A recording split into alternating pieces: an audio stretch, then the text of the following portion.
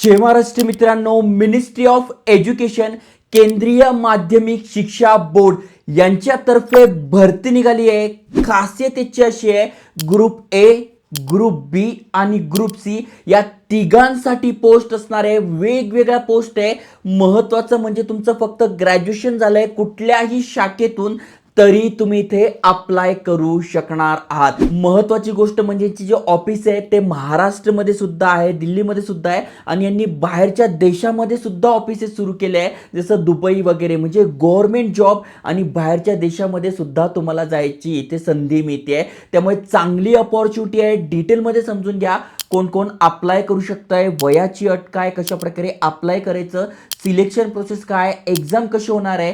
त्याआधी चॅनलवर नवीन आला असाल, आयकॉनिक मराठी चॅनल सबस्क्राईब केलं असेल तर करून ठेवा. चला तर बघूया डिटेलमध्ये.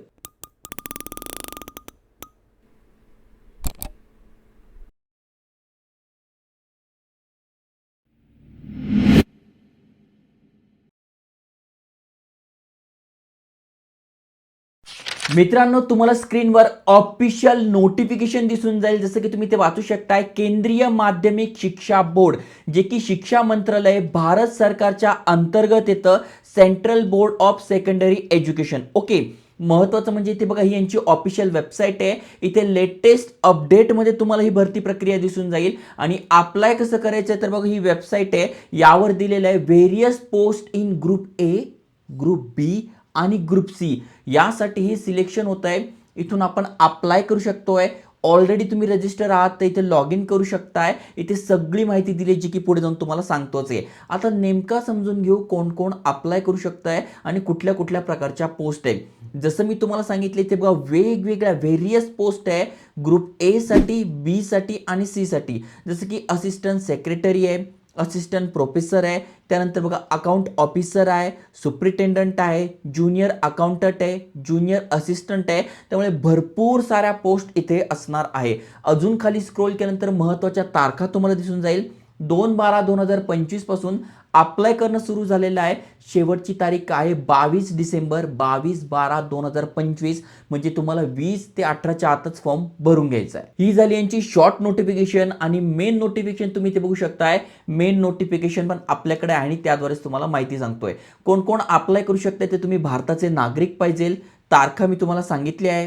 आता एज लिमिट काय तर बघा, पोस्टच्या समोरच एज लिमिट दिली आहे. मॅक्झिमम 35 आहे. तुम्ही ते बघू शकता, 35, 30, 30, 30, 35, 30, 30 आणि या दोन पोस्ट आहे 27, 27 हे ओपनसाठी. पण त्यातल्या त्यात जर का तुम्ही कॅटेगरीत नसाल तर तुम्हाला वयामध्ये सूट दिली आहे. जसं की तुम्ही ते खाली बघू शकताय. SC/ST साठी 5 वर्षे सूट आहे, OBC साठी 3 वर्षे सूट आहे, PWBD कॅन्डिडेट तुम्ही आहात तर 10 वर्षे सूट आहे, PWBD OBC साठी 13, PWBD SC/ST साठी 15 वर्ष सूट आहे. बाकी एक सर्व्हिसमन तुम्ही आहात, वुमन तुम्ही आहात किंवा यामधून आहात तर तुम्हाला पण इथे वयामध्ये सूट दिली आहे. तुमचं जे एज आहे ते कॅल्क्युलेट केले जाणार आहे 22/12/2025 पासून. म्हणजे मिनिमम एज 18 आहे. 18 वय तुमचं पूर्ण आहे, तुम्ही अप्लाय करू शकता. मॅक्झिमम 35 पर्यंत आहे. त्यातल्या त्यात कॅटेगरीत नसाल तर कॅटेगरीमध्ये पण सूट दिली आहे. आता कोणासाठी काय एज्युकेशन पाहिजे तर बघा, पहिली पोस्ट आहे ज्यासाठी फक्त आणि फक्त बॅचलर डिग्री मागितलेली आहे. यस, बॅचलर डिग्री आहे. कुठल्याही शाखेतनं अप्लाय करू शकताय 35 वयापर्यंत आणि वयामध्ये पण सूट सांगितली आहे. आता स्टेज म्हणजे कशा प्रकारे सिलेक्शन होणार आहे तर टियर 1 मध्ये तुमचं MCQ असणार आहे, त्याच्यानंतर ऑब्जेक्टिव्ह टाईप असणार आहे आणि तिसरं इंटरव्ह्यू. म्हणजे या 3 स्टेजेसमध्ये या पहिल्या पोस्टसाठी सिलेक्शन होणार आहे. दुसरी जी पोस्ट आहे त्यासाठी बघू शकता इसेन्शियल म्हणजे हे गरजेचं आहे, पोस्ट ग्रॅज्युएशन डिग्री पाहिजे विथ 55% मार्क्स किंवा डिझायरेबल म्हणजे हे जर असेल तर वेल अँड गुड, पण नसेल तरी इसेन्शियल वाले पण अप्लाय करू शकताय. एज 30 दिलेलं आहे. सिलेक्शन प्रोसेस इथे दिलेली आहे. ओके, पुन्हा खाली स्क्रोल केलाय. अकाउंटंट बॅचलर ह्या ग्रुप ए साठीच आहे बघा, group A, group A, group A. मग यासाठी पण बॅचलर डिग्री मागितलेली आहे with economics, commerce, account, finance, business studies. कारण की हे अकाउंट ऑफिसरसाठी आहे त्यामुळे त्या रिलेटेड इथे शिक्षण मागितलं. हे पाहिजे किंवा हे पाहिजे किंवा पोस्ट ग्रॅज्युएशन पाहिजे किंवा MBA इन फायनान्स पाहिजे, यापैकी काही असेल तर चालेल. हे जर असेल तर वेल अँड गुड. ओके, त्याच्यानंतर ग्रुप बी साठी आपण बघू. यासाठी बॅचलर डिग्री पाहिजे आहे, वर्किंग नॉलेज ऑफ कम्प्युटर, त्याच्यानंतर MS ऑफिस, विंडोज तरी अप्लाय करू शकताय. त्यामुळे ही सुप्रिटेंडंटची जी पोस्ट आहे ज्यांचं फक्त ग्रॅज्युएशन झालं आहे, कम्प्युटर नॉलेज म्हणजे MSCIT वगैरे तुमचा कोर्स झालेला आहे, तर तुम्ही इथे बिंदास अप्लाय करू शकताय. ओके, सिलेक्शन प्रोसेस पण इथे दिली आहे. अँड इथे अजून एक दिलं की टायपिंग स्पीड पण लागणार आहे. त्यामुळे यामध्ये ग्रॅज्युएशन सोबत typing speed plus computer knowledge असेल तर तुम्ही ते अप्लाय करू शकता. आजकाल कम्प्युटर नॉलेज प्रत्येकाकडे आहे. फक्त टायपिंग जर तुमचं असेल 35 word per minute in English आणि 30 word per minute in Hindi असेल तर तुम्ही या पोस्टसाठी अप्लाय करू शकता. त्याच्यानंतर ज्युनियर ट्रान्सलेशन ऑफिसर ही बघा, ही वेगळी पोस्ट आहे. यासाठी मास्टर डिग्री मागितलेली आहे यामध्ये, किंवा इथे भरपूर सारा क्रायटेरिया आहे. त्यामुळे जास्तीत जास्त लोक इथे अप्लाय करू शकताय जर का यामधून तुमचं सिलेक्शन झालेलं असेल. त्याच्यानंतर ज्युनियर अकाउंटंटची जी आहे ग्रुप सीची जी पोस्ट आहे, फक्त आणि फक्त 12वी तुम्ही आहात तरी तुम्ही ते अप्लाय करू शकताय. मग कशामधून? Account, business study, economics, commerce यापैकी असाल, कारण की 12वी बेसवर आहे. ग्रुप सीची आहे.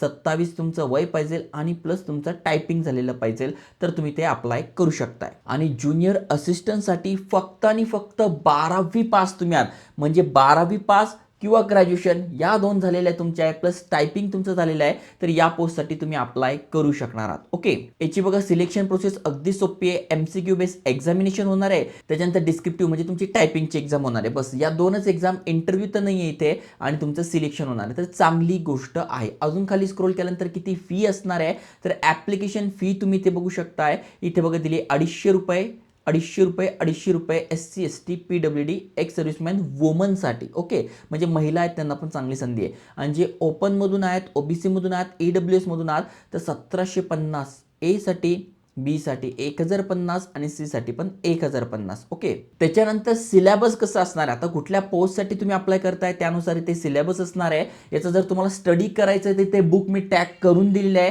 ते तुम्ही मागून तुमचं स्टडी सुरू करू शकताय. बघा, पोस्ट चांगली आहे, सॅलरी चांगली आहे. महत्त्वाचं म्हणजे सिलेक्शन प्रोसेस पण काही अवघड नाही आहे. जस्ट तुम्ही याचा प्रॉपर अभ्यास करून घेताय. प्रत्येक पोस्टनुसार तुम्हाला ठरवून घ्यायचं आहे की मी कुठे एलिजिबल आहे. 12वी असेल तर 12वी पासवर त्या 2 पोस्ट आहे, आणि ग्रॅज्युएशन असेल तर जवळपास भरपूर साऱ्या पोस्ट आहे. मग त्यानुसार तुम्ही ते अप्लाय करू शकताय. संपूर्ण माहिती PDF ची लिंक तुम्हाला डिस्क्रिप्शन मध्ये टाकली आहे. तर अप्लाय कसं करायचं ते इथे बघा दिलं, न्यू रजिस्ट्रेशन यावर क्लिक करून तुम्ही रजिस्टर करू शकताय. ऑलरेडी अकाउंट असेल तर यावर क्लिक करू शकताय. सेम ॲज फॉर्म भरायचा असतो. आपले डिटेल्स टाकायचे, नाव, आडनाव, ॲड्रेस, त्याच्यानंतर 10वीत किती पडले मार्क, 12वीत किती पडले, त्याच्यानंतर तुम्ही ग्रॅज्युएशन किंवा पोस्ट ग्रॅज्युएशन करताय तिथे किती पडले ते टाकायचे, डॉक्युमेंट अपलोड करायचे, फोटो, सिग्नेचर. सेम फॉर्म आहे, ऑनलाईन तुम्ही फी पेमेंट करू शकताय. तर चांगली संधी आहे. ज्यांना टॉप लेवलचा गव्हर्नमेंट जॉब पाहिजे आहे तर नक्की शेअर करा, अप्लाय करा. जय हिंद, जय महाराष्ट्र.